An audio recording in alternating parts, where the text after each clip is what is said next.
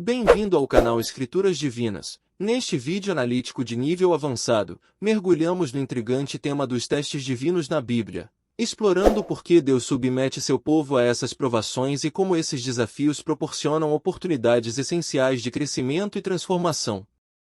Ao traçar os fios desse tema recorrente, descobrimos a profunda motivação por trás dos testes divinos e sua relevância para fortalecer a aliança entre Deus e seu povo.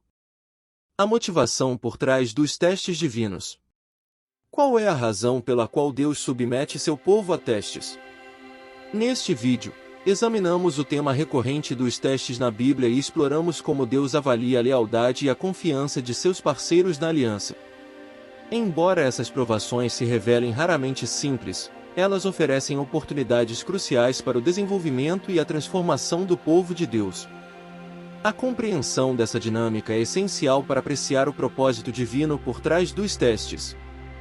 Essas avaliações não são arbitrárias, são meios pelos quais Deus busca aprofundar o relacionamento com seu povo e fortalecer sua aliança. Ao enfrentarem esses desafios, as pessoas são instadas a fortalecer sua devoção, confiança e compreensão da vontade divina. Os testes, portanto, têm uma dimensão mais profunda do que aparentam à primeira vista. Eles são instrumentos de crescimento espiritual e oportunidades de amadurecimento na fé. Neste vídeo, exploraremos a rica tapeçaria de testes na Bíblia e como eles se alinham com a busca de Deus por uma aliança sólida com seu povo. No começo de tudo, na narrativa bíblica, o relato inaugural resplandece com a criação sublime e a subsequente partilha desse universo majestoso por parte do Divino com todas as suas criaturas.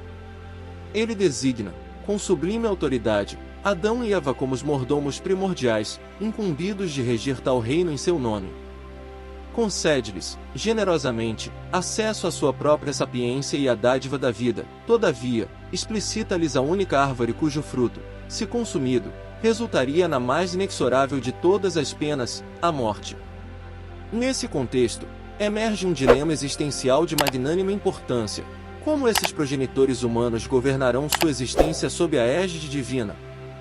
E, sob um escrutínio mais perspicaz, esse cenário pode ser interpretado como uma avaliação, um desafio cognitivo, cujo propósito transcendental só se revela com profundidade. Aparentemente, Deus os submete a essa provação, sem dúvida, um teste. Entretanto, é fundamental discernir que nem todos os testes estão impregnados de malevolência. Podemos vislumbrá-los como oportunidades seletas, um convite a demonstrar nobreza e fidelidade, similar ao monarca que convoca um escolhido para uma missão real, a fim de escrutinar sua idoneidade. Uma oportunidade sagrada, então, para transcender o ordinário e alcançar o extraordinário. Por outro flanco, há um antagonista que arde em rancor pelo monarca e pelo escolhido, urdindo insidiosamente intrincadas artimanhas para dissuadir o escolhido de seguir as diretrizes régias. Este rebelde semeia uma cilada, em contraposição à nobre oportunidade. Assim, é concebível que um teste possa assumir feições de encruzilhada, uma bifurcação entre oportunidade e ardil. O elemento decisivo reside no discernimento das intenções do examinador, se estas são genuinamente orientadas pelo bem-estar do examinado. Na dramatização inaugural da Bíblia, encontramos esses dois paradigmas. Deus apresenta a Adão e Eva a escolha entre o fruto da árvore da vida e o da árvore proibida. Ambas as alternativas são-lhes proporcionadas, incumbindo-lhes discernir o caminho a trilhar. Este representa o teste de fidelidade divina.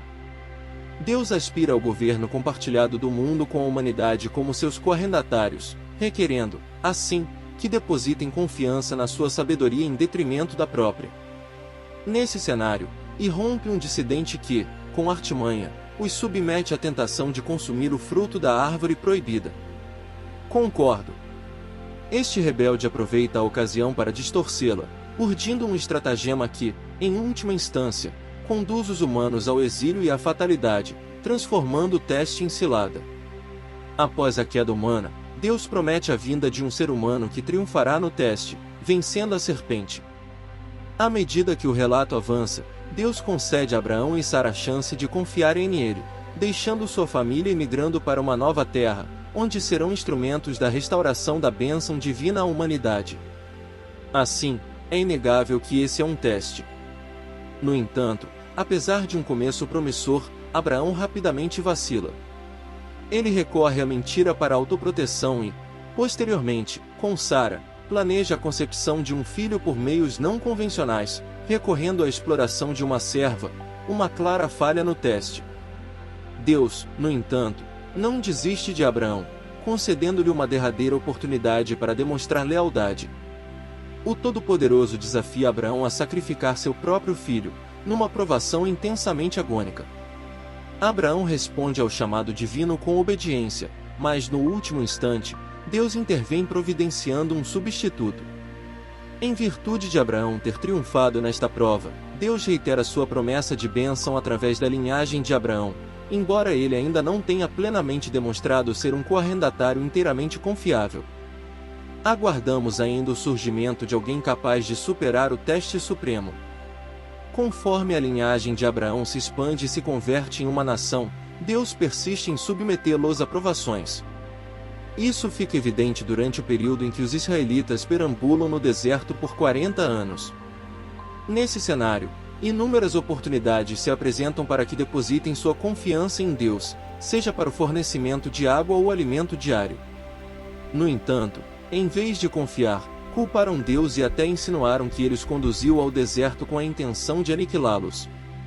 Essa tendência de desconfiança e deslealdade perpassa a narrativa subsequente de Israel nas escrituras hebraicas. Os israelitas falham em confiar em Deus e em sua promessa, levando à derrocada de toda a nação.